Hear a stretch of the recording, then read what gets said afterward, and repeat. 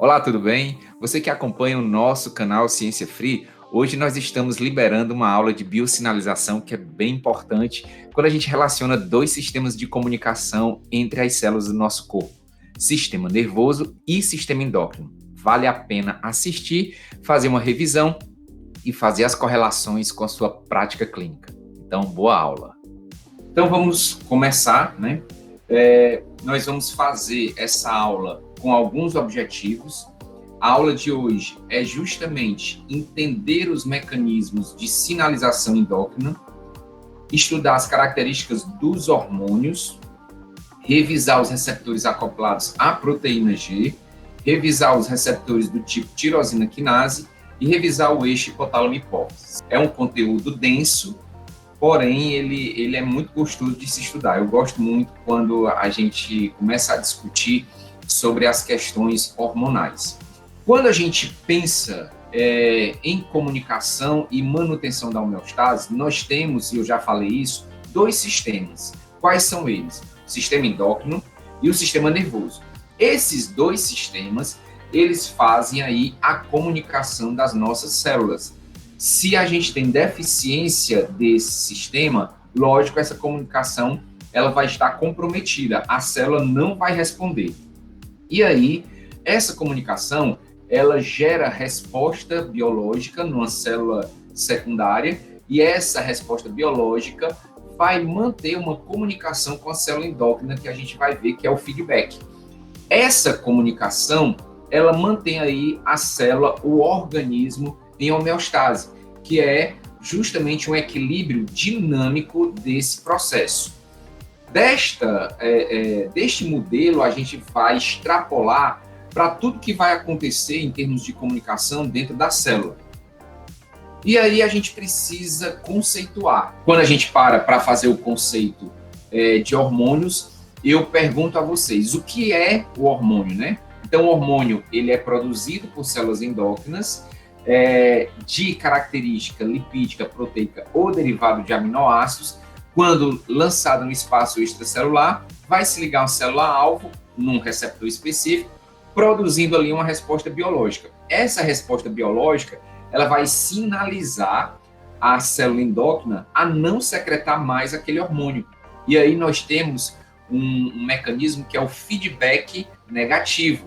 Eu paro de secretar o hormônio porque a minha resposta ela já foi efetiva, e a gente vai exemplificar isso mais na frente. São mensageiros químicos produzidos pelas células endócrinas, liberados na corrente sanguínea e transportados às células ou órgãos-alvo específicos, onde eles provocam respostas fisiológicas, morfológicas e bioquímicas.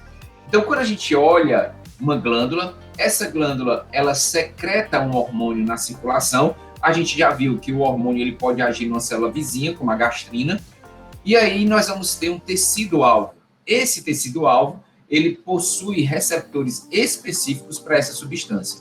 Quando a célula não possui esses receptores, a célula não vai responder à questão hormonal. Então, isso é um primeiro ponto que a gente precisa saber. Nem todas as células possuem receptores para aquele determinado hormônio. Existem células específicas, né, para a ação daquele hormônio. Como exemplo, aí você tem a insulina, que atua no tecido muscular, que atua no tecido hepático e que atua no tecido adiposo. Então, existem alguns sistemas que não têm receptor para a insulina. E a gente vai ver como é que isso se procede, como é que isso acontece, para que o hormônio ele possa ter a sua efetividade de forma significativa. Então, um resumo é que são substâncias produzidas por células endócrinas de característica proteica, derivado de aminoácidos ou lipídicas, que atuam em células-alvo, produzindo uma resposta biológica. Não tem mais como errar. Esse conceito sempre, hormônio é produzido por uma célula endócrina. Os três tipos de hormônios que nós temos é hormônio lipídico, hormônio proteico e derivado de aminoácidos. Quando a gente olha a solubilidade desses hormônios, é importante saber que nós temos hormônios que são hidrossolúveis e hormônios que são lipossolúveis. Logo, hormônios que são proteicos, eles são hidrossolúveis. Hormônios que são lipídicos, derivados de lipídio, eles são lipossolúveis. E qual é a diferença que nós temos em termos de sinalização na célula-alvo? O hormônio proteico, ele vai encontrar o seu receptor específico na membrana da célula. Então, esse receptor sempre vai estar localizado na membrana da célula. E esse hormônio, ele tem um peso molecular grande que ele não atravessa a membrana. E aí você tem uma ligação do hormônio ao receptor, e aí essa ligação faz com que haja uma modificação, né, dessa estrutura do receptor. Ele precisa se ativar para desencadear uma resposta dentro da célula, na sua região citoplasmática. Quando o hormônio se liga e qualquer outro tipo de substância que promova uma resposta, uma alteração fisiológica, nós chamamos essa substância de agonista.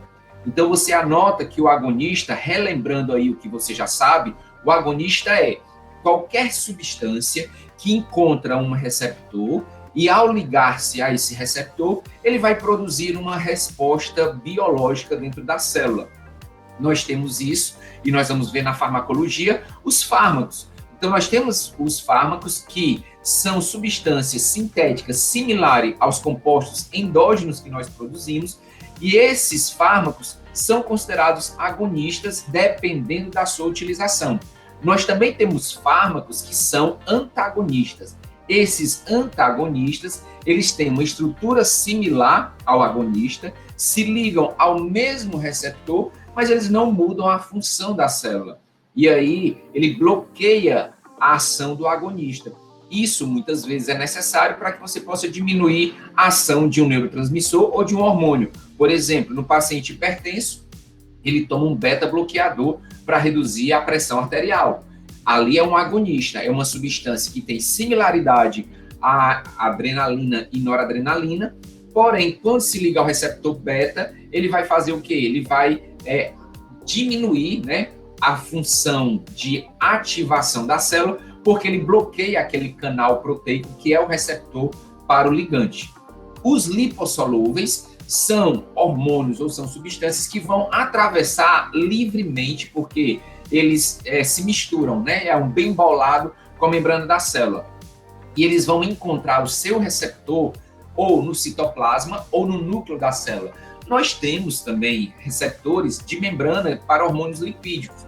Porém, a grande maioria desses receptores, eles estão localizados no citoplasma. Receptor hormônio, eles se direcionam para o núcleo, existe um sítio de ligação lá no núcleo da célula, no DNA, e ali vai gerar a expressão genética de modificação, de produção de RNA mensageiro, de proteínas, dependendo daquele hormônio ligado ao receptor, que vai promover ali uma resposta biológica dentro da célula.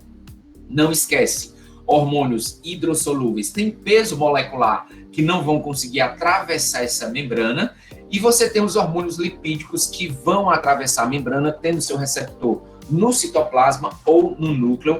Quando se liga diretamente no núcleo, você vai ter as modificações, as expressões genéticas, né, dessa ligação, fazendo ali RNA mensageiro, estimulando processos de síntese de proteínas, posteriormente de outras substâncias, dependendo ali da sinalização naquele gene. Glândulas nós temos algumas, né, espalhadas pelo nosso corpo, e aí você tem, e eu já destaco, a gente vai falar lá no final da aula, duas glândulas que são importantíssimas, que são hipotálamo e hipófise. O eixo hipotálamo-hipófise ele é necessário para o controle das demais glândulas periféricas, e essas glândulas elas vão se manter através de sinalização e de feedback.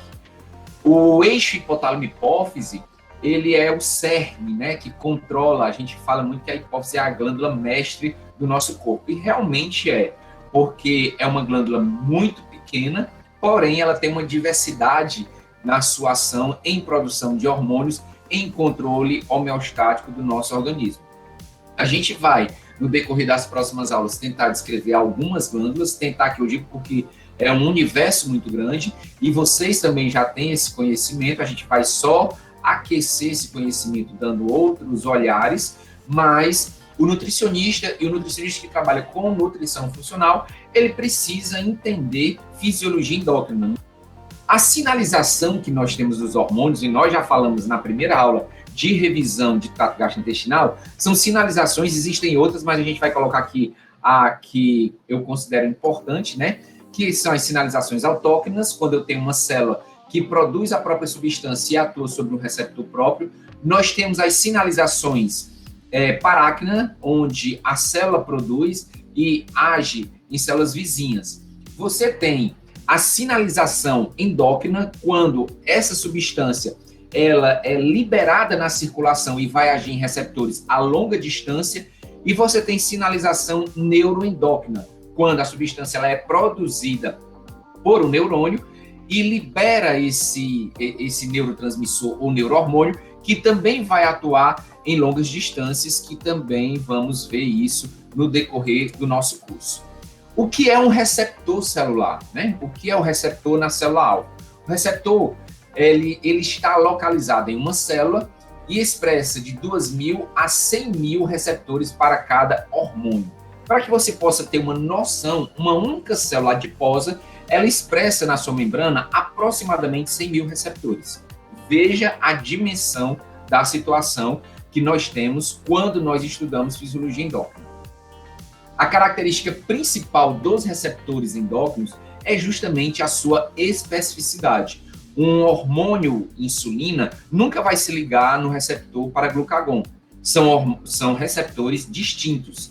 Então, existe uma especificidade.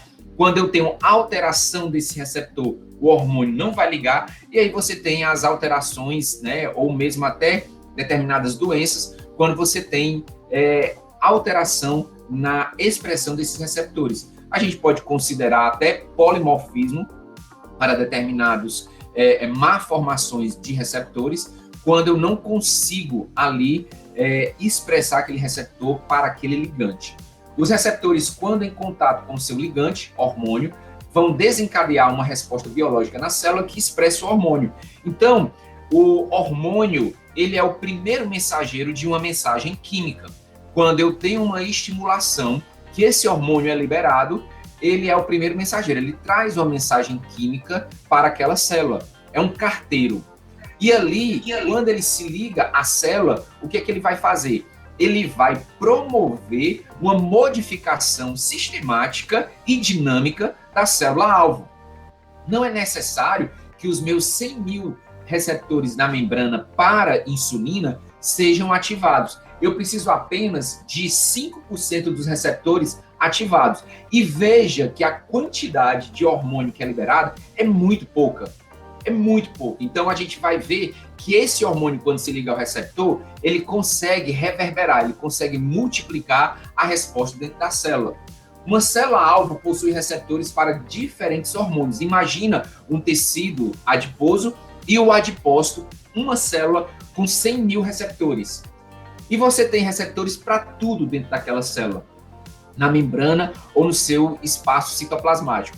Porque a célula trabalha na comunicação, elas se comunicam para poder sobreviver. E aí, os diferentes hormônios têm diversas funções celulares. O princípio da redundância, né? Você tem ali no hepatócito o glucagon, que no jejum aumenta a glicogenólise, mas você tem a adrenalina no exercício também, que aumenta a glicogenólise para poder manter a glicemia lá dentro da normalidade e manter um suprimento de glicose para o sistema nervoso central e para o tecido muscular, para a ação muscular. Veja que essa estrutura, ela acontece de forma muito harmônica. Por isso que eu chamo a atenção, e eu já tive pacientes na minha época que eu atendia, pacientes que faziam reposição hormonal. Quando você faz reposição hormonal, você quebra a homeostase, porque você está fazendo a colocação de hormônio de forma exógena, você vai quebrar esse equilíbrio dos feedbacks, porque se eu tenho um hormônio feito de forma exógena, ele não vai respeitar a minha resposta biológica. A resposta biológica vai agir na glândula-alvo. Eu vou parar de produzir, mas o hormônio exógeno vai estar atuando no receptor específico. Então, por exemplo, as pessoas fazem utilização de testosterona para poder aumentar a massa muscular. É fato que aumenta, porque vai aumentar a força. O GH, ele promove o crescimento e o desenvolvimento do tecido, mas ele não causa força. Quem causa força é a testosterona. E nós temos hormônios que atuam de forma diferente. Aonde? Nos tecidos. Então, a gente tem um exemplo aqui da adrenalina e nós temos um vaso sanguíneo. Nós temos receptores do tipo alfa e receptores do tipo beta. É interessante dizer que a adrenalina ela atua nesses vasos e ela promove respostas distintas dependendo de quê? Dependendo do receptor. Então, a adrenalina, quando se liga em receptores alfa, ela estimula a vasoconstrição. Quando ela se liga em receptores beta, ela estimula a vasodilatação em alguns leitos do sistema circulatório. Então, é um hormônio que atua dependendo da sua estrutura de receptor, ela vai atuar promovendo uma resposta positiva ou negativa dependendo do tipo de receptor no qual ela se liga. E aqui eu sempre carrego esse slide, porque ele é muito claro para que a gente possa entender. Eu tenho um hormônio A num receptor para o hormônio A. Esse hormônio vai produzir uma resposta A. Eu tenho um hormônio B que vai ligar a uma estrutura de receptor para o hormônio B, produzindo a resposta B. Então, isso daqui é normal, é o que vai acontecer. Só que eu tenho um hormônio A na estrutura para a ligação do hormônio A, produzindo a resposta B. E tem um hormônio B na estrutura do receptor para o hormônio B, produzindo uma resposta A. E aí você pode perguntar, Paulo, como é que isso é possível? Se eu tenho um hormônio com uma estrutura para aquele hormônio produzindo respostas distintas. Já falo de antemão para você. O que modifica a resposta é o que está dentro do citoplasma da célula. É a maquinaria citoplasmática. Se você observar o receptor para o hormônio A, produzindo a resposta A, o receptor para o hormônio B, produzindo a resposta B. Mas eu tenho a estrutura de ligação para o hormônio A com a parte citoplasmática do hormônio B, produzindo a resposta B. E eu tenho a estrutura do receptor de ligação para o hormônio B com a estrutura citoplasmática do receptor para o hormônio A, produzindo a resposta A. Então, isso faz com que a gente tenha respostas distintas dependendo da chave, né, interna deste receptor. O que vai diferenciar essa resposta é o que está debaixo da membrana plasmática. Então, veja que isso é possível dependendo dessa maquinaria. Como eu falei, o hormônio ele é o primeiro mensageiro e aqui, da ligação do hormônio ao receptor, vai ocorrer uma série de modificações citoplasmáticas para que essa resposta ela possa ser efetivada. E aí você tem os tipos de hormônios, né? Esses hormônios, eles têm características distintas, como nós falamos no nosso conceito. Esses hormônios, eles podem ser do tipo proteico. Esses hormônios proteicos, a gente vai mostrar onde é que eles são formados. Eu posso ter estruturas com mais de 100 aminoácidos ou peptídeos com menos de 100 aminoácidos. A síntese desses hormônios, elas acontecem no retículo endoplasmático rugoso, ela tem uma sinalização lá na célula, lá no DNA, no gene, para esse hormônio, e eu formo sempre uma estrutura de pré-pró-hormônio. Quando a insulina ela é formada, e é um hormônio proteico, a insulina, na sua fase de maturação, primeiro eu tenho uma estimulação do DNA, e ali eu vou formar uma estrutura que não é propriamente ainda a insulina. Então, eu tenho pré-pró-insulina, que é o pré-pró-hormônio. E ali eu começo a maturar pelas vias dentro do citoplasma da célula, a chegar a fazer lá no complexo de Golgi, a encapsular, né, numa vesícula e ter lá a insulina propriamente dita, maturada junto com o peptídeo C, que ao estímulo vai ser lançada, vai sofrer exocitose e ali eu vou liberar a insulina na circulação. Ela é acondicionada em vesículas, geralmente os hormônios de característica proteica são acondicionados e ficam ali na reserva. E quais são os fatores para a secreção desses hormônios? Aumento de cálcio dentro da célula e AMP cíclico, que a gente vai estudar também. Então, esses fatores decorrem para a síntese. Eu preciso de um estímulo para estimular o DNA da célula que produz aquele hormônio a fazer esse hormônio, envasar esse hormônio no complexo de Golgi, e ao estímulo eu poder liberar esse hormônio. Características desse hormônio, formados pelo retículo endoplasmático, né, das glândulas endócrinas.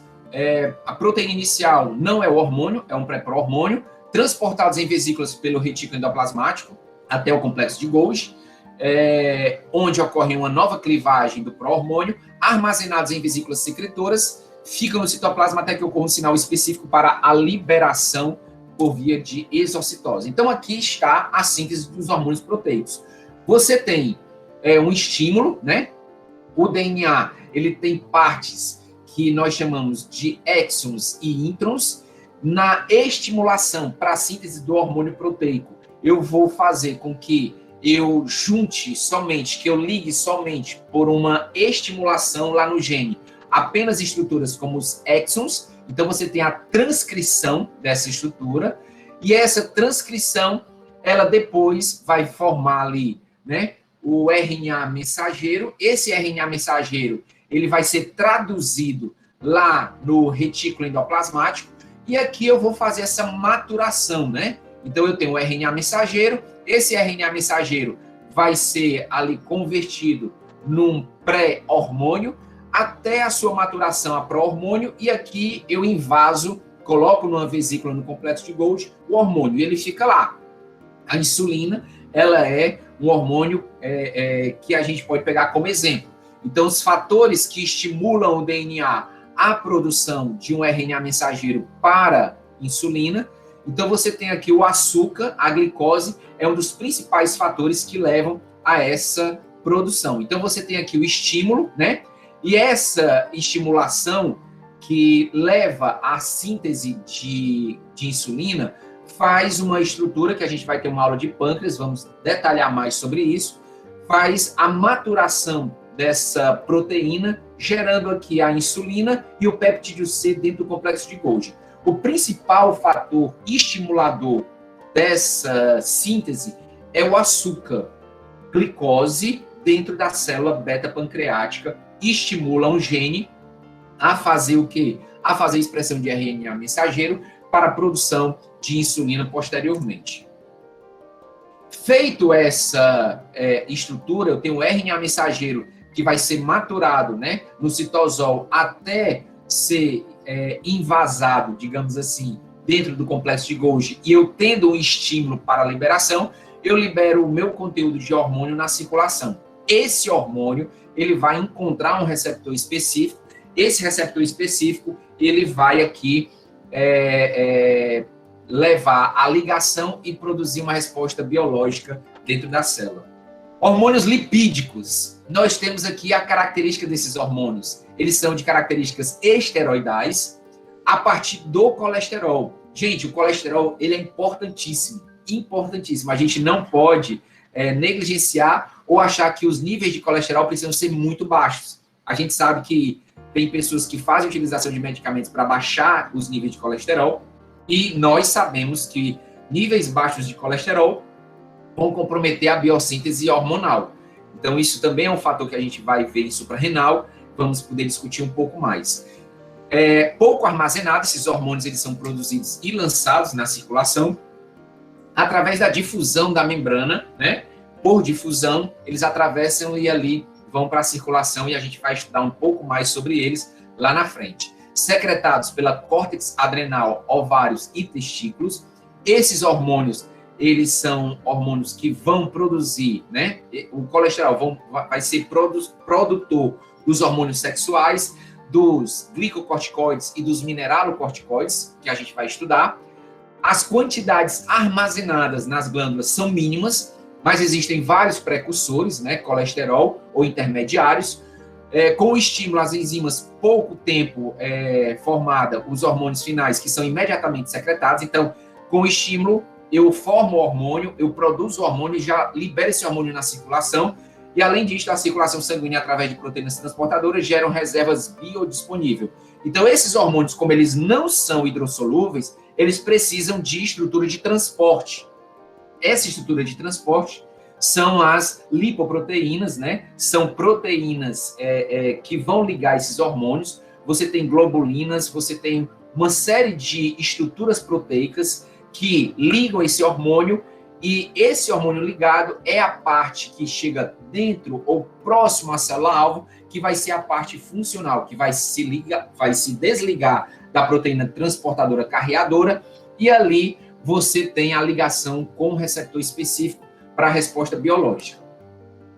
E você tem aqui alguns tipos, né, de hormônios esteroidais. A gente também vai descrever na aula de suprarrenal esses hormônios, o que é que eles fazem, qual é o principal papel, para que a gente possa também estar norteando isso dentro da nossa avaliação nutricional. Digo mais uma vez, eu sei que vocês são mestres aí dentro dessa questão hormonal, né? A gente está fazendo aqui uma revisão para que a gente possa entrar na nutrição funcional. Esses hormônios, lá na suprarrenal, a suprarrenal, ela está localizada retroperitonealmente sobre cada rim. Ela tem na sua estrutura 3 zonas, né? Eu tenho a zona glomerulosa, a zona fasciculada e a zona reticular. A medula da suprarrenal, ela não produz hormônios de característica lipídica. Ela é uma região glandular e também com células nervosas, com neurônios modificados, sem axônios, que produzem na medula adrenalina e noradrenalina. Na zona cortical, que é a zona mais marginal na periferia da glândula, você tem aqui o colesterol atuando na zona glomerulosa, você tem o colesterol atuando na zona fasciculada e você tem o colesterol atuando na zona reticular. Tudo isso por sinalização, por necessidade. E aqui, ao final, você tem na zona glomerulosa aldosterona, que é um mineralocorticoide. Quando a gente pensar em aldosterona, a gente vai pensar em sódio. A gente tem a produção de cortisol, que é um glicocorticoide necessário para o metabolismo corporal. E nós temos aqui os hormônios sexuais, tanto masculino quanto femininos, que são produzidos pela via. Veja, a matéria-prima para todos esses hormônios é colesterol. Veja a demanda que nós temos, porque o colesterol também ele é utilizado lá nos sais biliares. Então, essa gestão do nosso organismo, ela é muito importante, porque é via sinalização. Se você começa a fazer utilização de determinados inibidores hormonais, ou mesmo inibidores de colesterol, você vai comprometer, de certa forma, a produção desses hormônios. E nós temos como, através da nutrição funcional, tentar normalizar esses padrões. Eu não estou dizendo aqui que o paciente que faz utilização de estatina, você vai chegar para ele e vai dizer, você vai parar de tomar estatina. Nós não podemos fazer isso, ok? O que nós podemos fazer é tentar, através da alimentação, modular o controle da enzima que faz essa conversão de colesterol ali para ter um controle mais homeostático. Isso é possível através da alimentação. Repito, padrão alimentar, ele diferencia o seu metabolismo, a sua fisiologia corporal de uma forma geral. O grande X da questão é porque o padrão das pessoas hoje é um padrão de aumento de consumo de processados e ultraprocessados com o perfil da nossa dieta, que é a dieta ocidental. Isso baldeia esse meio de campo. Então, veja quantas frentes nós temos para poder gerenciar e administrar. Se você não tem um padrão alimentar correto, se você não busca, pelo menos, comer de forma correta, imagina a confusão que isso faz dentro do metabolismo. E a gente está olhando somente um foco, que é o sistema endócrino. Se a gente for abrir o leque aqui para o sistema imunológico, é um outro universo que a gente também vai tentar falar lá na aula de inflamação. Então, esse colesterol no fígado, o que é que ele vai fazer? Ele é a ponte inicial, ele é o substrato inicial para os hormônios sexuais, para o cortisol e para a aldosterona. Nós temos aqui uma enzima, que é a P450-desmolase. Essa enzima é a enzima ponto de controle, que converte o colesterol num primeiro substrato, que é a pregnenolona. Quando eu tenho alterações dessa enzima, quando eu tenho alterações da formação de pregnenolona, eu vou ter comprometimento de toda essa via formadora desses hormônios. Nós vamos falar isso em suprarrenal, acredito que na próxima ou na semana seguinte. Veja que os hormônios, eles têm essa capacidade funcional de serem mediadores de resposta biológica. Mas nós precisamos saber também que esses hormônios, eles funcionam via eixo. Eu tenho um eixo que ele é mantido através das respostas pelos feedbacks. E o que é o eixo? As alterações, elas são percebidas na região hipotalâmica. Nessa região hipotalâmica, nós temos hormônios estimuladores da hipófise. Esses hormônios, eles são secretados e vão atuar na hipófise, que nós vamos falar mais na frente.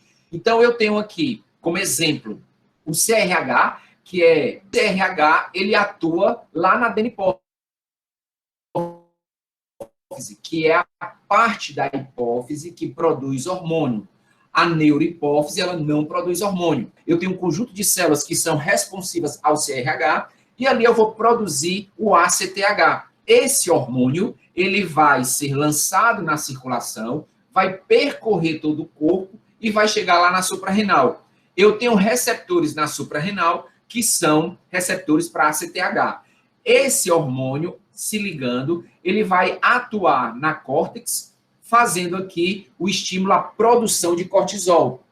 Essa produção de cortisol vai atuar em tecidos-alvo, levando aqui a uma resposta biológica. Então, eu tenho o cortisol funcionando aqui como uma retroalimentação negativa para a não secreção de mais ACTH e tenho uma alça longa lá na região hipotalâmica, também levando a uma não produção de CRH. Com isso, eu mantenho a homeostase. E isso faz com que nós mantenhamos o controle desse hormônio na circulação. Mas é fato também que pessoas muito estressadas, elas vão produzir mais CRH. Então, elas vão produzir mais cortisol. E a gente vai entrar no assunto, na nutrição funcional, justamente do fator ou dos fatores de estresse. Os estressores que nós temos. E esses estressores vão aumentar os níveis de cortisol, que vão causar ali alterações metabólicas no corpo daquele indivíduo. Principalmente, quando eu tenho muito cortisol, eu aumento a gordura visceral. A gordura visceral, a gente vai estudar, é uma gordura que aumenta a inflamação. Então, muito cortisol leva à inflamação de baixo grau, a inflamação crônica de baixo grau. Cortisol precisa estar dentro da normalidade. E o produto oriundo para a formação de cortisol, colesterol. Então, na dieta também nós precisamos preservar a oferta de colesterol. O que não podemos é ter nível de colesterol muito elevado. E a gente sabe que alguns alimentos elevam demais os níveis de colesterol. E existem pessoas que têm polimorfismo no metabolismo de colesterol, né? Alterações nos receptores que faz essa metabolização de colesterol e também de lipoproteínas, fazendo aí o aumento de colesterol plasmático, aumentando a oxidação de LDL e causando aí alguns danos vasculares que também nós vamos conversar no decorrer da nossa aula. E os derivados de aminoácidos, né? Os derivados de aminoácidos, a gente tem aqui como exemplo a tirosina, que é um aminoácido, a síntese, a ação de enzimas, né, no citoplasma das células glandulares, vai levar à formação de vesículas. Aqui a gente tem o exemplo da tireoglobulina e a difusão através da membrana das células, né, da formação desses hormônios. A gente tem aí o resumo, que são formados no citoplasma por ação de algumas enzimas, epinefrina e norepinefrina, que são formados lá na medula da suprarrenal e em alguns neurônios, né, do sistema nervoso autônomo. T3 e T4 são formados como parte da tireoglobulina. Então, nós temos aí os hormônios da tireoide e paratireoide, que a gente também vai tentar falar. Essa molécula ela fica armazenada em grandes folículos no interior da tireoide, no espaço coloidal, e a partir do estímulo, esse hormônio ele vai ser lá liberado e vai atuar, né, nos receptores de hormônio da tireoide. Então, nós temos aqui a tirosina, veja, que são ações enzimáticas, e para essas ações enzimáticas nós precisamos de nutriente, para que a gente possa formar, ao final, norepinefrina ou epinefrina, ou noradrenalina, adrenalina. Então, aqui entram nutrientes para essa composição dessas enzimas. Veja a importância do suporte nutricional para que a gente tenha ali essa forma positiva de produzir esses hormônios.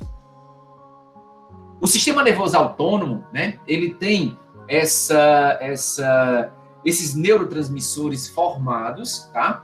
E você tem aqui o sistema nervoso somático, que é um neurônio motor que vai atuar no tecido muscular.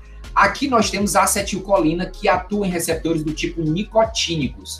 Então você anota que esse sistema de sinalização, eu quero trazer ao final aqui, a medula da suprarrenal, tá? E aqui eu tenho a acetilcolina atuando em receptores do tipo nicotínicos, diferente da acetilcolina atuando aqui em receptores muscarínicos. Então, no músculo liso, nos músculos cardíacos, em alguns tecidos, né, tecido adiposo, sistema endócrino, de uma forma geral, você tem a acetilcolina em receptores muscarínicos. No músculo, você tem receptores nicotínicos do subtipo NM, e aqui receptores muscarínicos. Receptores muscarínicos, eles têm subdivisões, M1, M2, M3, e depende aí do tecido para que a acetilcolina atue, né, ela se ligue e faça sua resposta. Outro detalhe importante do sistema nervoso autônomo: todos os neurônios pré-sinápticos, tanto simpático e parasimpático, eles liberam no gânglio, né? Ou seja, nessa terminação do neurônio pré para o neurônio pós, todos liberam acetilcolina. Os receptores pós-ganglionares dos neurônios simpático e parasimpático, eles são receptores do tipo nicotínicos. Veja o que eu estou falando. Porque o sistema nervoso autônomo simpático, ele produz ao final o quê? Adrenalina e noradrenalina. Porém, os receptores dos neurônios pós-ganglionares simpáticos, eles são receptores para acetilcolina. Então, eu tenho acetilcolina que vai fazer a estimulação. Veja que a cor do neurônio até muda, e aí você tem a liberação de norepinefrina e adrenalina, que vai atuar em receptores do tipo beta e do tipo alfa. Os receptores adrenérgicos, ou noradrenérgicos, ou catecolinérgicos, eles são receptores do tipo alfa 1 e alfa 2, beta 1, beta 2 e beta 3. O que vai diferenciar um em detrimento ao outro é a sua potência de resposta biológica, dependendo do neurotransmissor. Quando a gente desce o nosso olhar para cá, a gente tem a suprarrenal, e nós temos aqui no centro, que nós chamamos de medula da suprarrenal, nós temos aqui neurônios modificados. Veja que nós temos neurônios sem axônio, nós temos um neurônio sináptico, né, ou pré-ganglionar, ou pré-endócrino, digamos assim, que vai desembocar dentro da medula, liberando aqui o seu conteúdo, e esse conteúdo ele vai atuar justamente em neurônios modificados. Esses neurônios não têm axônio. Então, a medula, ela é um mix de glândula com células nervosas. E aí você tem a liberação de adrenalina, e essa adrenalina vai na circulação atuar em receptores do tipo alfa 1, alfa 2, beta 1, beta 2 ou beta 3, ok? Biosinalização. Eu preciso saber, né? Eu preciso saber o que acontece na célula para que essa resposta ela possa ser efetiva. Porque a gente acha que é muito simples. As pessoas acham que é muito simples. Quando eu tenho um hormônio circulando e esse hormônio vai se ligar, a resposta vai ser efetivada, porque o hormônio, a responsabilidade é dele. E a coisa não é tão simples. Para a gente revisar, a gente vai trazer a memória para alguns tipos de sinalização. Então eu trouxe aqui e eu vou chamar a atenção de cada um e nós vamos descrever isso no decorrer da aula. Então a primeira coisa que nós temos é a especificidade, como falada. Então eu tenho aqui dois ligantes, eu tenho esse ligante S1 e esse ligante S2. Veja que o modelo do receptor para esse ligante é para o S1. Então S2 jamais vai se ligar a este receptor e vai efetivar uma resposta. Eu posso até ter uma estrutura de um antagonista que se liga e aqui eu vou inibir, mas eu preciso ter a estrutura do receptor. Se eu não ligo, é como se fosse um quebra-cabeça. Se eu não ligo essa substância no receptor, eu não tenho resposta. Então, a molécula sinalizadora, ela se encaixa no sítio de ligação do receptor complementar. Outros sinais não se encaixam. O B, nós temos a amplificação. Ah, Paulo, agora eu entendi. Então, quer dizer que o hormônio, eu preciso de um sinal. Esse sinal, ele é o primeiro mensageiro. Então, quando o hormônio se liga ao receptor, ele traz uma mensagem química, como eu falei. Daí, eu vou começar a modificar o comportamento da célula, que nós vamos falar e vamos denominar de transdução de sinal. Eu vou traduzir o sinal do hormônio. Então, esse hormônio, ele chegou, ele traz uma informação, e essa informação, ela precisa ser traduzida, tipo código Morse, né? Você tem lá os bips e a pessoa vai escrevendo o que está acontecendo. Então, o hormônio, ele traz essa informação, liga ao receptor, e o receptor, ele vai codificar para a célula, dizendo o seguinte, ó, vamos fazer isso. E ali eu começo uma cascata de ativação, ativa a enzima 1. Essa enzima 1, ela tem a capacidade de ativar a enzima 2. Essa enzima 2, ela tem a capacidade de ativar a enzima 3. E essa enzima 3, ela vai deflagrando essa resposta, que ao final é a resposta biológica. Então, o que seria essa amplificação? Um único sinal ou uma única gota, para ficar didático, uma única gota de hormônio produz milhares de gotas de resposta biológica. Veja que eu não preciso de uma quantidade suprafisiológica para produzir uma resposta biológica na célula. Então, o hormônio, ele tem a capacidade de reverberar, ele tem a capacidade de multiplicar intracelularmente a resposta da célula. Então, essa resposta, eu vou ter uma maquinaria ativada para que ela possa acontecer a contento. Quando eu tenho falhas, quando eu tenho respostas de expressão de proteínas que são da cascata de sinalização, essa resposta ela não vai ser efetiva. E aí você tem a modularidade. O que é isso? Eu posso ter proteínas que se ligam a esse arcabouço para gerar uma resposta.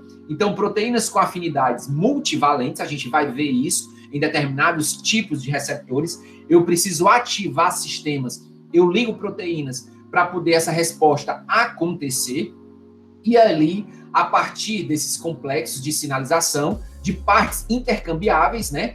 Aí eu vou ter a fosforilação, que fornece pontos de interação que são reversíveis. Então, nós temos enzimas alostéricas. O que são enzimas alostéricas? São enzimas que elas vão ter comportamento de inatividade ou de atividade, dependendo dos substratos ou dos ligantes. Então, por exemplo, eu tenho a enzima glicogênio fosforilase, é uma enzima alostérica.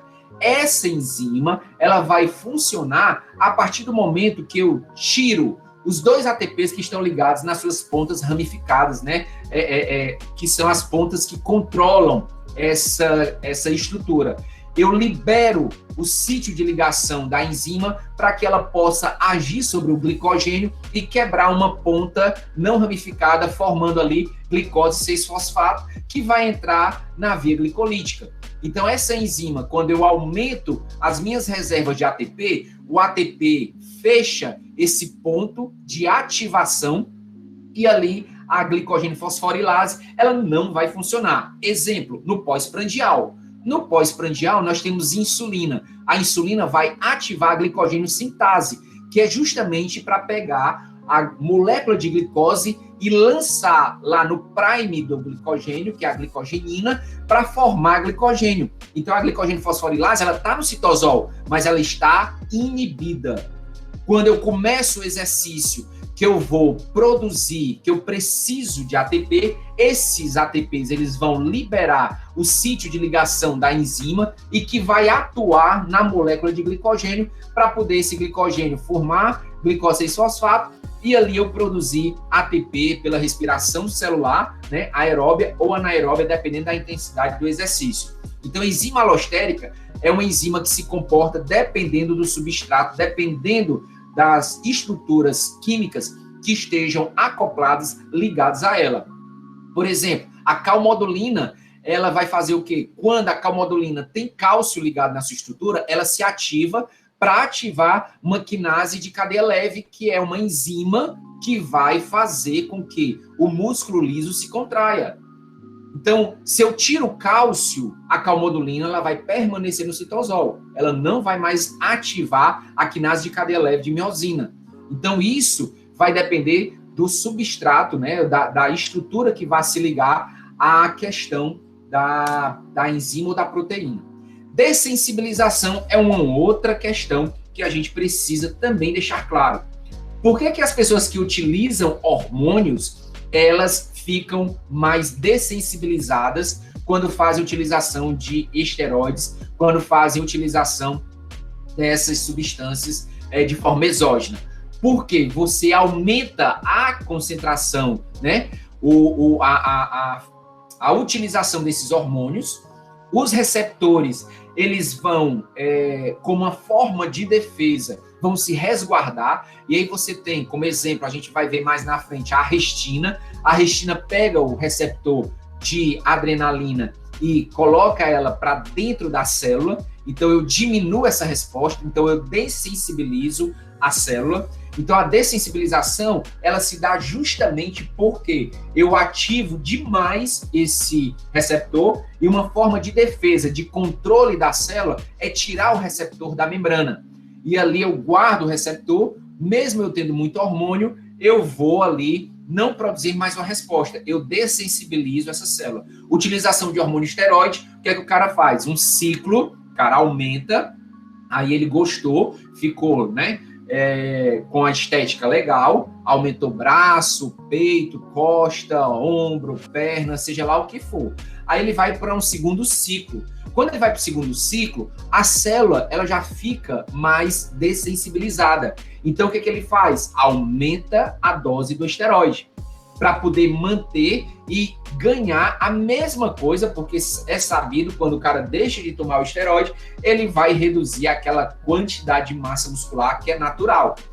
E aí ele aumenta a dose para poder manter o mesmo efeito. E num terceiro ciclo, ele vai sempre aumentando. E você vê que você vai gerar outras alterações quando você tem um aumento muito elevado da utilização desses hormônios, que não é o foco da nossa aula.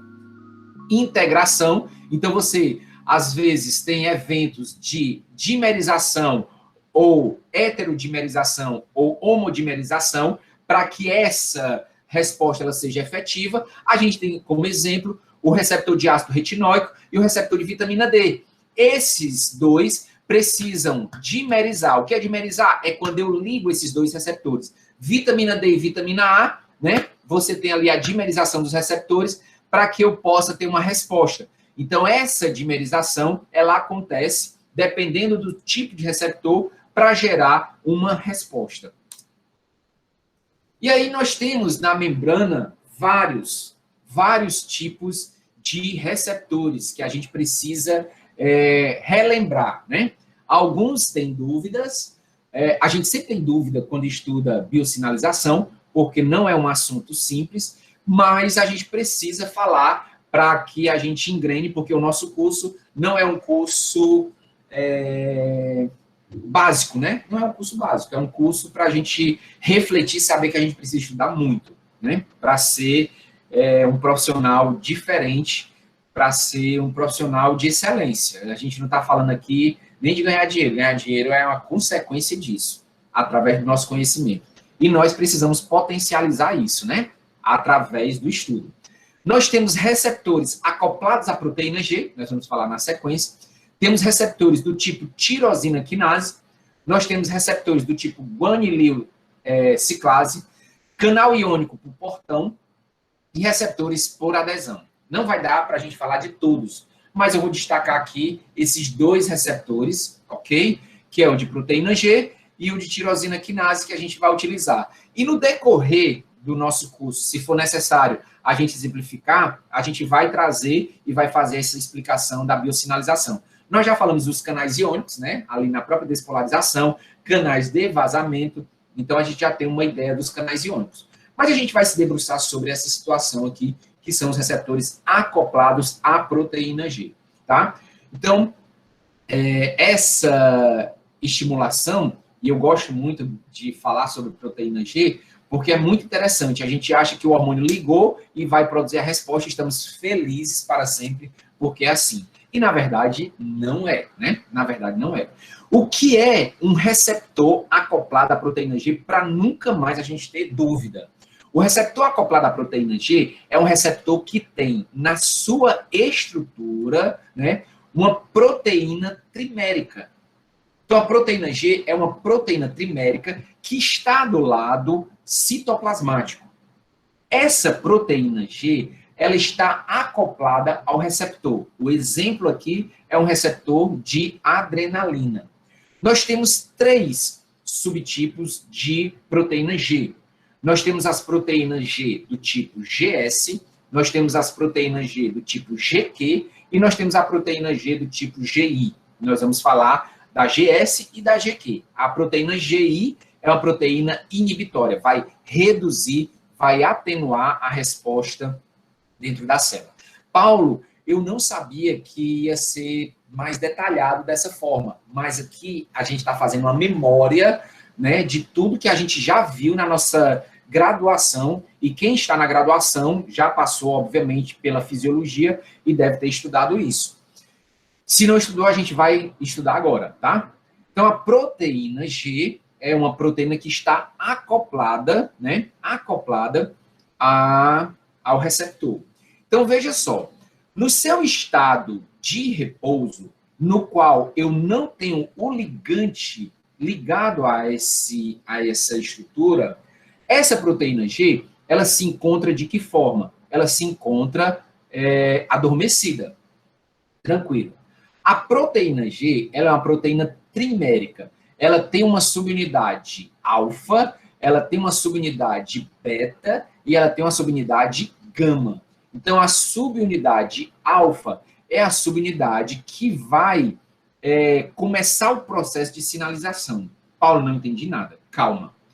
Então, eu tenho aqui um receptor no seu estado sem o ligante, sem o hormônio, e aqui eu vou ter a proteína G descansando. Ela está lá, paradinha, paradinha, e não tem nada ligado no receptor. Liberou o neurotransmissor, liberou o hormônio vai chegar, vai ter um sítio de ligação que vai ligar o hormônio. Na hora que essa ligação acontece, nós vamos ativar a proteína G. Só que a proteína G, ela é chamada de proteína G porque ela tem a capacidade de ligar GTP, guanosina trifosfato. É uma moeda de energia similar ao ATP.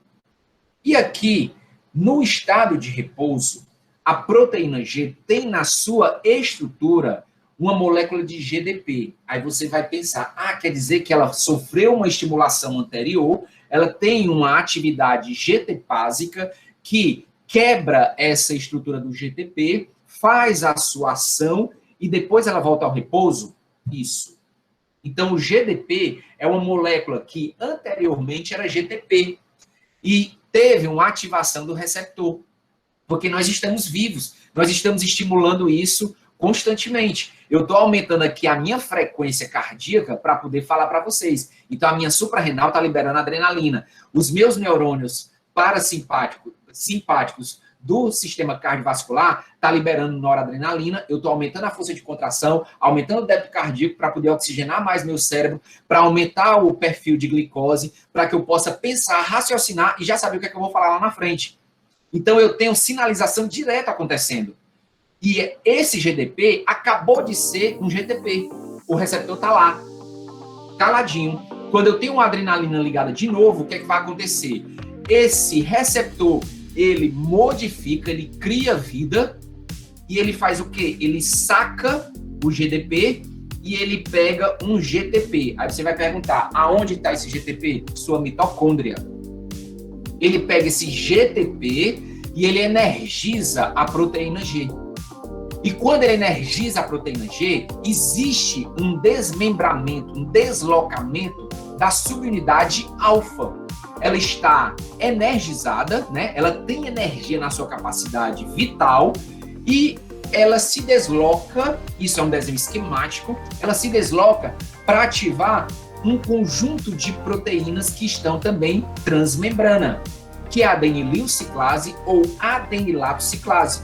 E aí a GTP, né, que foi utilizada, e nós temos uma atividade autocatalítica, nós temos aqui uma enzima GTpásica que vai favorecer essa quebra, a retirada de um fosfato inorgânico, e quando isso acontece, o GTP, né, passa a ser GDP, e a parte alfa da proteína G, ela vai retornar para seu estado de repouso. Porque imagine só, se a gente tivesse um hormônio se ligando ao receptor e ativando infinitamente o receptor a fazer esse deslocamento da subunidade alfa e ativando a adenililciclase constantemente, a gente não teria essa homeostase, esse feedback, porque a célula estaria excitada constantemente. Então, nós temos uma atividade GTpásica que faz a quebra do GTP, tornando GDP, e aí eu volto para o repouso, como nós estamos vendo aqui na figura, o GDP ligado. Mas, quando isso acontece, já foi desencadeado dentro da célula uma resposta. Essa resposta ela vai começar a acontecer. E aí, a adenililciclase, ela consegue utilizar o ATP que vem da mitocôndria, tá? E ela quebra esse ATP em AMP cíclico, que a gente vai já mostrar o AMP cíclico. O AMP cíclico ele tem uma ponta constitutiva e reguladora, né? E a gente vai ver como é que funciona. O AMP cíclico nós podemos considerar como segundo mensageiro. Quem é o primeiro mensageiro? O hormônio. E dessa formação de AMP cíclico, nós vamos ter as respostas de sinalização, ativando principalmente proteínas do tipo quinase. O que é uma proteína do tipo quinase? É uma proteína que tem a capacidade de pegar fosfato e se fosforilar. Então, é uma proteína do tipo quinase que, para estar ativa, ela precisa estar fosforilada. E nós temos um conjunto de fosforilases e de fosfatases, porque quando a resposta ela é efetiva e ela precisa cessar, as fosfatases, elas retiram o fosfato, tornam aquela proteína inativa. Então, o AMP cíclico nós consideramos aqui como segundo mensageiro. E essa resposta, ela vai ser efetiva, levando aqui a resposta biológica no final. Esse AMP cíclico, ele sofre também uma degradação. E nós temos a degradação através de uma enzima que se chama fosfodiesterase. A fosfodiesterase seria trazer a célula para o seu estado de repouso. E aí, quando o AMP cíclico ele é degradado, ele vai formar o 5-AMP, que não tem atividade. E aqui você vê a sequência, né?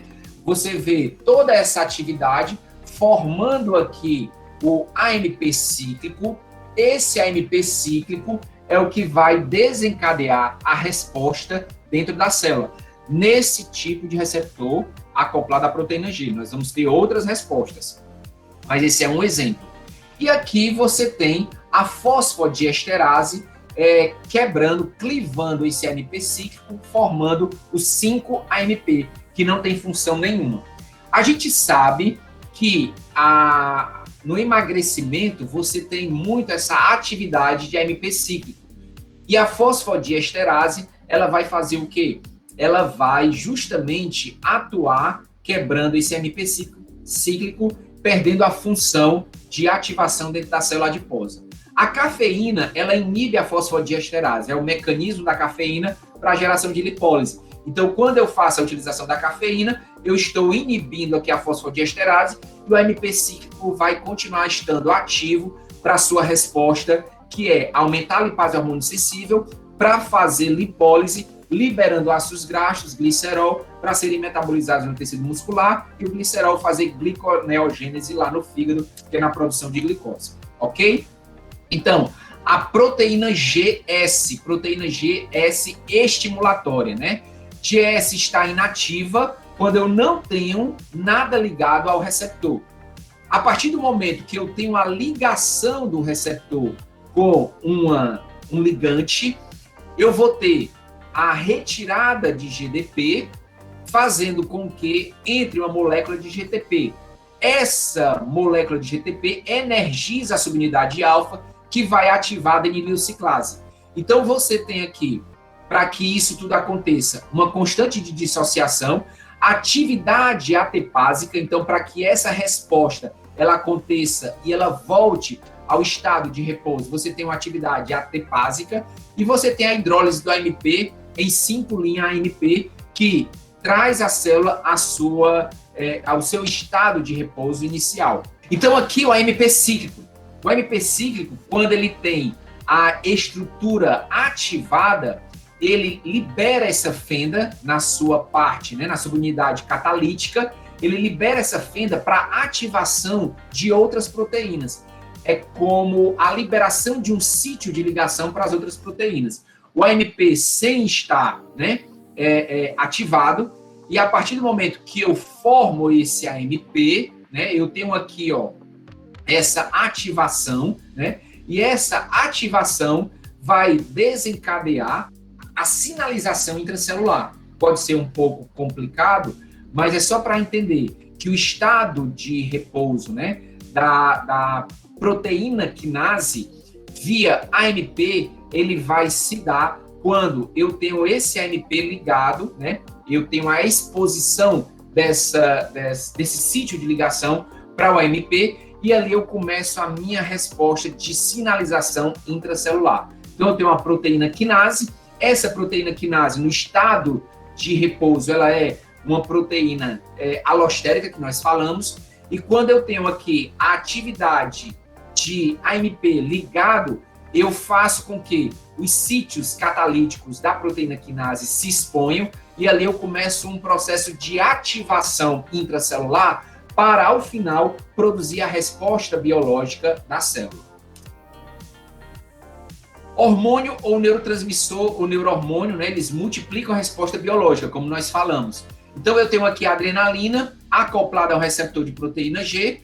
Quando eu faço isso, eu tenho a ativação. Essa ativação aumenta a produção de AMP cíclico. Então, eu tenho aqui 10 moléculas ativadas. Essas 10 moléculas vão formar 200 moléculas de AMP cíclico. Essas 200 moléculas de AMP cíclico vão ativar 100 moléculas de proteína quinase. Essa proteína quinase ativa mais 1.000 moléculas. Essas 1.000 moléculas vão ativar, né, até então, a glicogênio fosforilase, que estava inativa, 10.000 moléculas. O glicogênio vai sofrer a ação da glicogênio fosforilase, formando 100.000 moléculas de glicose. Então, veja que uma quantidade de hormônio ou de neurotransmissor de forma pequena produz uma grande resposta biológica na célula. Essa resposta, ela mantém um feedback, né, de sinalização para que a adrenalina ela reduza a sua secreção lá na suprarrenal e aí você controle a homeostase. Por isso que o indivíduo estressado, o indivíduo que está, né, no nível de cortisol muito elevado, que tem um estresse muito elevado, né, ele vai ter uma glicemia também alterada. Aqui, na verdade, é o que eu falei sobre o mecanismo de dessensibilização. Então, quando essa célula ela é muito estimulada, vão ocorrer vias de sinalizar essa célula a diminuir a expressão dos receptores. Então, você vai ter a ativação de uma quinase do receptor, o exemplo aqui é para adrenalina, quando eu tenho uma quantidade suprafisiológica que está sendo utilizada e que está estimulando esse receptor. E essa quinase, ela fosforila na parte carboxiterminal. Quando eu pego um receptor, eu sempre olho as pontas. É importante. Isso aqui é uma proteína, isso é um desenho esquemático. E essa proteína, se você ver aqui essas linhas, são as ligações de aminoácidos que compõem essa estrutura. Quando você olha, para não se assustar, você vê as pontas. Então, a parte, geralmente, que está voltada para o espaço extracelular, nós chamamos de aminoterminal. E a parte que está para o lado citoplasmático, carboxterminal.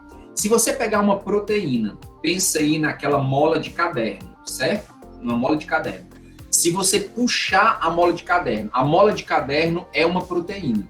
Se você puxar a mola de caderno, fizer um arame único, uma ponta sempre vai acabar de forma com um grupamento amina e uma ponta sempre vai acabar com um grupamento carboxila.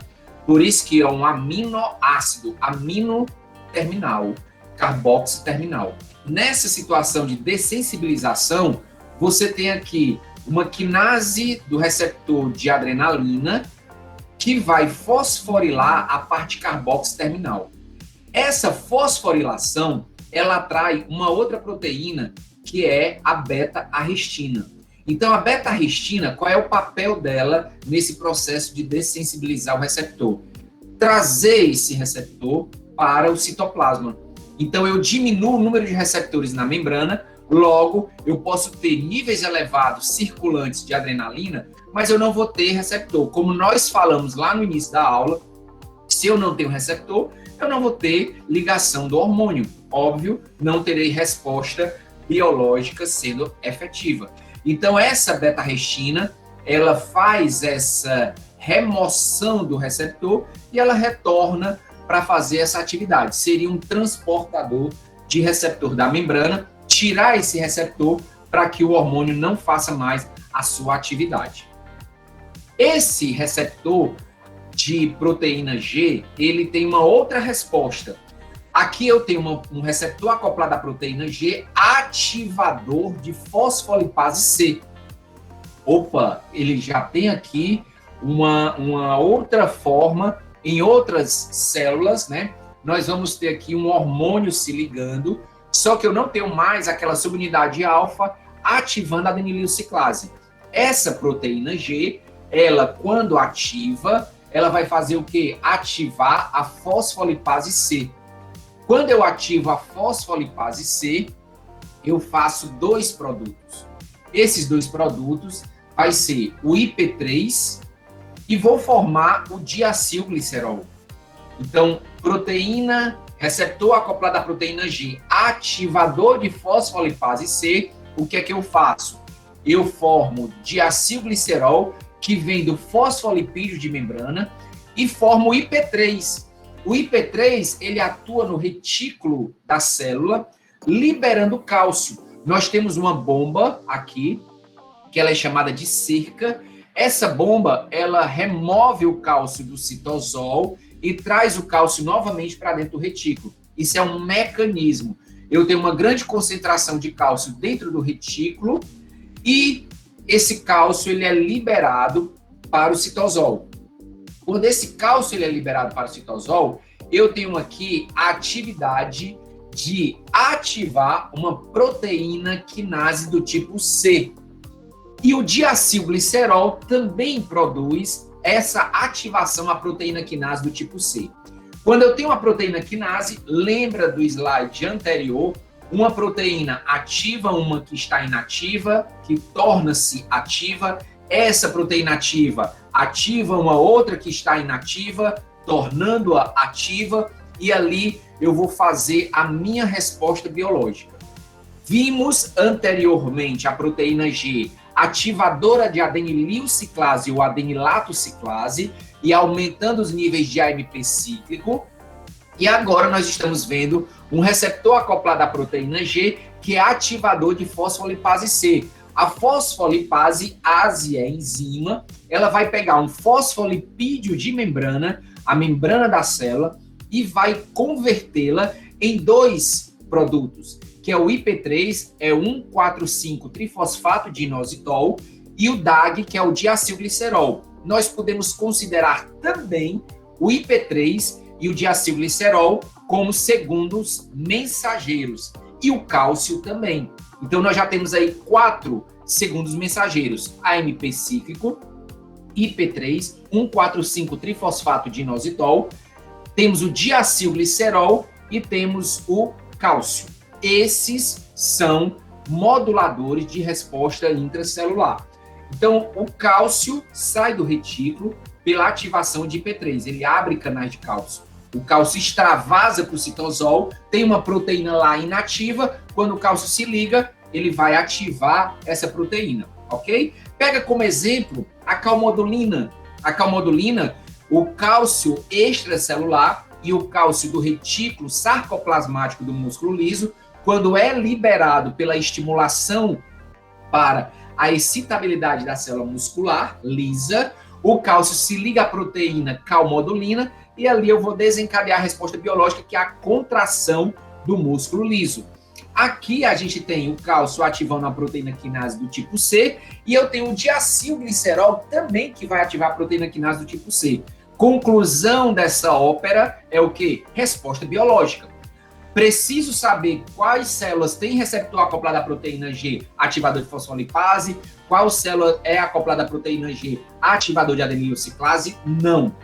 Você precisa saber que a resposta hormonal, ela não é algo tão simples. A gente não pode colocar numa caixa de fósforo a fisiologia e achar que é só tomar isso, tomar aquilo que vai responder. Porém, você precisa saber o quê? Para que você, através da prescrição de compostos bioativos, de micronutrientes, de nutrientes, a resposta ela vai acontecer em nível celular. Quando a resposta acontece em nível celular, você extrapola isso para o tecido e para o órgão de uma forma geral e para o indivíduo. Sempre olhar como é que estão as condições intracelulares. Se essa célula está inflamada, eu vou ter respostas diminuídas. Eu não posso contar com a potencialização do nutriente se esse indivíduo ele tem alguma alteração metabólica. Este receptor é o receptor do tipo tirosina quinase. Esse receptor é o receptor de insulina. Não esquece. Não esquece. Receptor de insulina é um receptor do tipo tirosina quinase. E o que é isso? Esse receptor, ele tem a capacidade de se autofosforilar. Paulo, não lembro o que é autofosforilação. Quando eu ligo o hormônio, eu mudo a estrutura do receptor e esse receptor, ele recebe fosfato. Ele se autofosforila. Quando ele se autofosforila, ele se ativa. E ali ele vai começar a desencadear uma resposta de motivação, né, dentro da célula para gerar a resposta biológica final. Nós sabemos que a insulina ela tem uma modulação enzimática e uma modulação gênica. Então, a insulina ela é capaz de modular o nosso gene para a expressão de proteínas, para a síntese de determinadas substâncias. Então, não esquece que a insulina não faz só externalizar GLUT4. A insulina faz muita coisa. Então, você tem a visão do receptor, aqui a insulina, certo? A insulina. E você tem o receptor de tirosina quinase. A insulina, ela vai se ligar a um sítio e esse receptor, ele é um receptor transmembrana.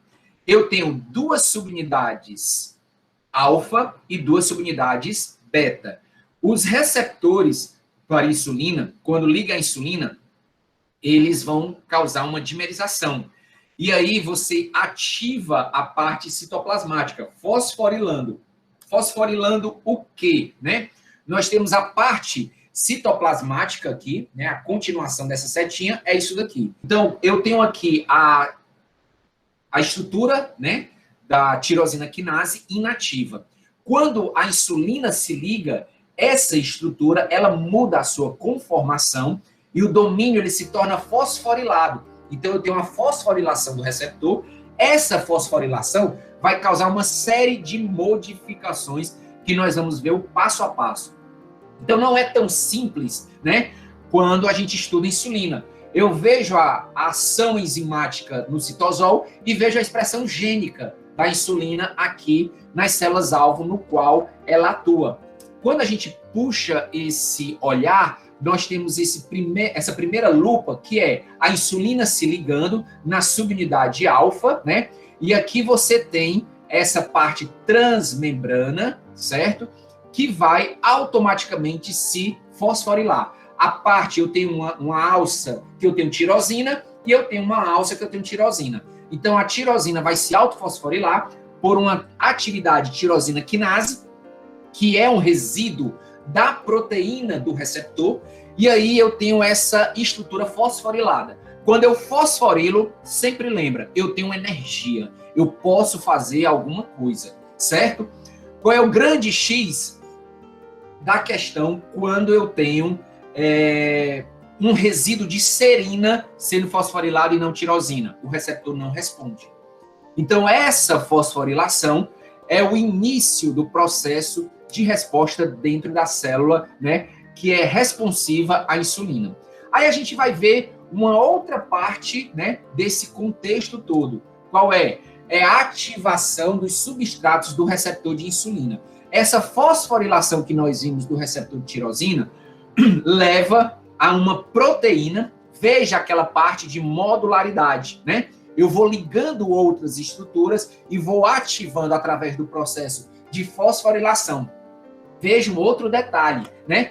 O nosso corpo não funciona de graça. Sempre tem um fosfatozinho de carona para poder fazer o quê? Deslocar essa estrutura que até então estava inativa. Então, eu fosforilo o substrato do receptor de insulina. Esse substrato, ele vai desencadear uma resposta. Olha só, eu comi agora um pedacinho de bolo com café para aumentar a minha glicose. Imagina que refinados, né? Eles em 20 minutos dão um pico de glicose. E esse pico de glicose vai fazer o quê? Vai fazer secreção de insulina. E aí, o substrato do receptor de insulina, ele vai fazer o quê? Ó? Ele fosforila uma cascata de proteínas e vai ativar a proteína do tipo RAS. A proteína do tipo RAS é tipo uma proteína G. Veja que ela pega o GTP e saca o GDP da sua estrutura. E aí eu vou ativar um outro complexo, que é o complexo RAF. Esse complexo, ele vai fazer o quê? Ele vai ativar essa proteína aqui, ó, tudo fosforilada, e aqui eu tenho essa chegada dessa estrutura, que é um fator transcricional lá na célula, no núcleo da célula, promovendo aqui respostas de síntese, de produção de RNA mensageiro e fazendo síntese no citosol, né, de proteínas. Então, quando a gente pensa em insulina, a gente não vai mais pensar agora em resposta apenas de controle glicêmico, mas a insulina, ela tem um catatal de respostas e de modulação dentro da célula. No capítulo que vocês vão receber, eu quero que vocês aprofundem na bioquímica para a gente poder conversar semana que vem na fisiologia do pâncreas. E aí você tem a sinalização dos hormônios lipídicos. Essa sinalização, né, ela faz o quê? Eu tenho uma proteína transportadora do hormônio lipídico, que é derivado do colesterol, e aí você tem a liberação desse hormônio, aqui a parte ativa, que vai entrar na célula, o receptor, ele aqui é nuclear, ou receptor citoplasmático, como queiram, e aqui eu ligo a estrutura do gene e vou promover uma transcrição, fazer um RNA mensageiro, vou levar esse transcrito para o citosol, lá nos ribossomos eu vou fazer uma nova proteína. Então, os hormônios lipídicos, ele tem essa facilidade de atravessar a membrana plasmática porque ele é lipossolúvel.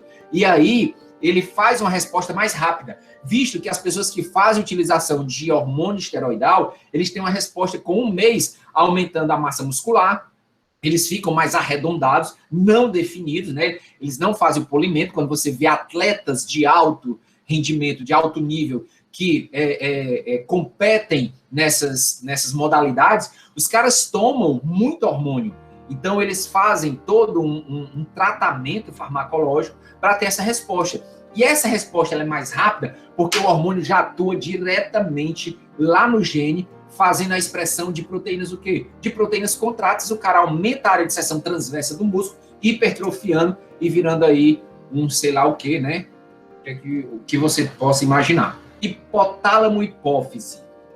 Precisa entender hipotálamo hipófise? Precisa, né? Precisa porque é de grande importância. Se você fizer, eu faço sempre esse desenho. Se você fizer uma tridimensional aqui, certo? Uma tridimensional, a hipófise ela vai estar descansando, ela vai estar assentada no teto da cavidade oral e no assoalho do diencéfalo. É só fazer uma tridimensional, ok? Então, essa glândula, ela faz todo o nosso controle. Quando a gente olha para cá, a gente vê o hipotálamo, e o hipotálamo, ele tem várias regiões na sua composição, e essa composição, ela se dá pela expressão de vários neurônios. O hipotálamo, ele produz hormônios estimulatórios e produz hormônios inibitórios. Somatostatina também é produzida aqui e também produzida na hipófise. Então, veja só, esse hipotálamo, ele é ligado, né, diretamente com a hipófise. E aí, essa região, ela é chamada de eminência média ou região infundibular. Essa região, ela é vascularizada pelo conjunto de artérias hipofisárias superior, e essa vascularização, ela transporta os hormônios que vêm do hipotálamo para a hipófise anterior. Nós temos, dentro dessa composição do hipotálamo, nós temos neurônios que são neurônios mais longos, neurônios mais curtos, que param, que desembocam aqui na eminência média ou na região infundibular. Todas as percepções que nós temos do ambiente e do meio interno, elas acontecem lá dessa captação na região hipotalâmica. Quando a gente vê a formação do hipotálamo e da hipófise, principalmente da hipófise, a gente vem do assoalho do diencéfalo e do teto da cavidade oral. São dois folhetos embrionários, que vai ser formado aqui a bolsa de Raschke, e essa bolsa de Raschke, na verdade, ela vai abraçar uma invaginação ou invaginação da região hipotalâmica. Então, eu tenho aqui, ó, a parte do hipotálamo, ela cresce, né, para o lado do teto da cavidade oral, e eu tenho aqui essa terminação do folheto embrionário que forma a bolsa de Raschke, ela abraça essa região hipotalâmica, e aqui depois, na maturação, nós vamos ter a hipófise anterior, que é essa lilás aqui, e nós temos a hipófise posterior, que é um prolongamento da região hipotalâmica. E você tem essa parte, né, da região infundibular, você tem a região hipotalâmica, tem a hipófise posterior, que é o prolongamento do hipotálamo, e você tem a hipófise anterior, que é onde nós teremos um conjunto de células no qual teremos a produção de alguns hormônios que nós vamos mostrar. Veja aqui a região hipotalâmica. Tudo que nós sentimos, pensamos e passamos é percebido por essa região. Então, dor, sono, vigília, emoção, visão, pagamento de boleto, tudo isso daqui a gente percebe aqui. E eu transponho isso, eu sinalizo isso para onde? Para a hipófise. Aqui, a hipófise posterior, eu tenho hormônios que são produzidos no hipotálamo e apenas armazenados, e na hipófise anterior, eu vou sintetizar, obviamente, hormônios que serão lançados na circulação, e vamos aí para frente. Nós temos a região hipotalâmica, eu tenho o sinal sensorial do ambiente e os sinais internos, que nós falamos, né, e mostramos no slide anterior, e o hipotálamo ele vai fazer o quê? Fator liberador de hormônios, né? De hormônios da onde? Da adenohipófise. Então, o hipotálamo ele tem os hormônios hipotalâmicos que são secretados aonde? Na região infundibular ou na eminência média. E ali eu tenho neurônios, que são neurônios mais curtos, nós chamamos neurônios de parvicelulares. Neurônios mais compridos, mais longos, nós vamos chamar de neurônios magno-grande-celulares. Parvicelulares, magnocelulares. Esse magnocelular, você já pode deduzir. Eu tenho a neurohipófise, com o corpo do neurônio na região hipotalâmica, e o axônio finalizando a sua terminação nervosa aonde? Na hipófise posterior. Na hipófise posterior, nós vamos armazenar 2 hormônios que nós vamos já falar. Então, na adenohipófise, eu tenho 6 hormônios que são produzidos, né? Eu tenho a corticotropina, que é o ACTH, eu tenho a tirotropina, que é o TSH, eu tenho o hormônio folículo estimulante, que é o FSH, hormônio luteilizante, que é o LH, a somatostatina, que lá no trato gastrointestinal também é formado, e eu tenho a prolactina.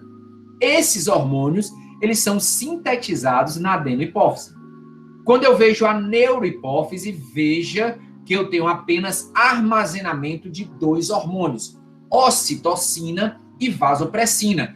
E tenho aqui o hipotálamo controlando o quê? A medula da suprarrenal, e tenho aqui também os níveis de glicose sendo mantidos pelas ilhotas do pâncreas, fazendo aí o fluxo de insulina, glucagon, e olha a somatostatina aqui, gente. E aqui na medula, o sistema nervoso central, a região hipotalâmica, ela controla aqui a produção de adrenalina, que vai atuar principalmente no fígado, mantendo ali a glicogenólise. A adrenalina é um hormônio catabólico, e no músculo e no coração, aumentando a frequência e a força de contração. E aí, o que a gente precisa saber? Que esses hormônios que são produzidos na adenohipófise, eles vão atuar em glândulas periféricas ou em tecidos, ou glândulas mamárias, né? E nos músculos também.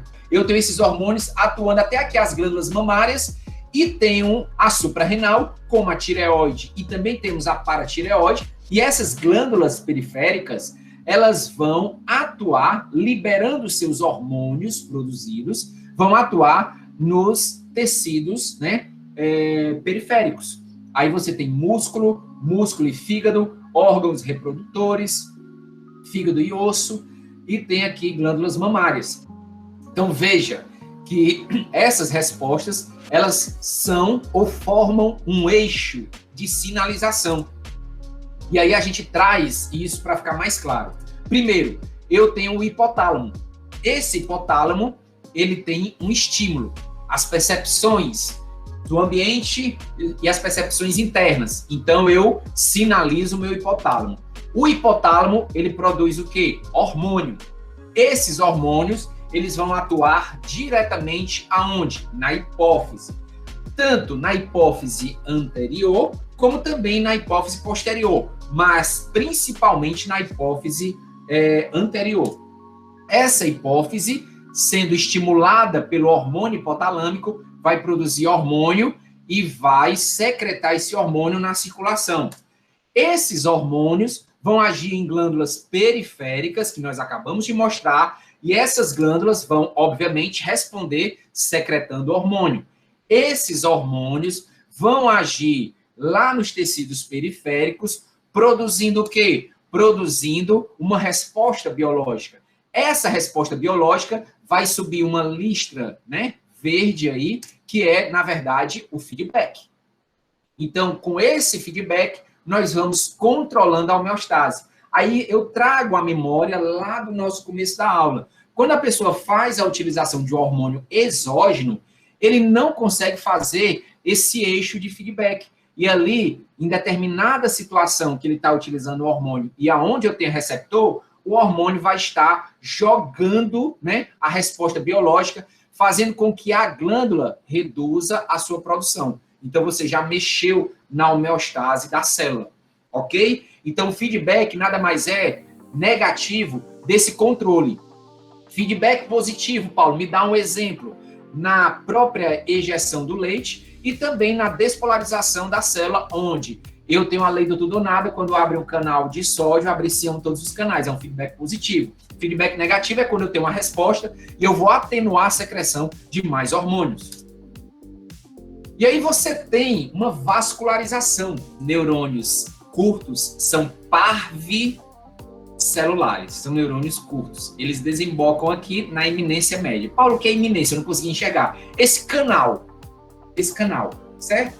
Que liga o hipotálamo a hipófise. Então, é esse canal. Eu tenho neurônios aqui, eu tenho um sistema hipofisário superior, circulatório, que vai pegar esses hormônios hipotalâmicos, neurônios que liberam o conteúdo, o hormônio, e ele vai na circulação via sistema hipofisário superior, circulatório, né? Traz aqui para a hipófise anterior, e aqui eu vou estimular essas células, cada uma tem uma morfologia diferente, vou produzir os hormônios que eu estou sendo estimulado e vou liberar esses hormônios na circulação, que vai agir nos tecidos periféricos.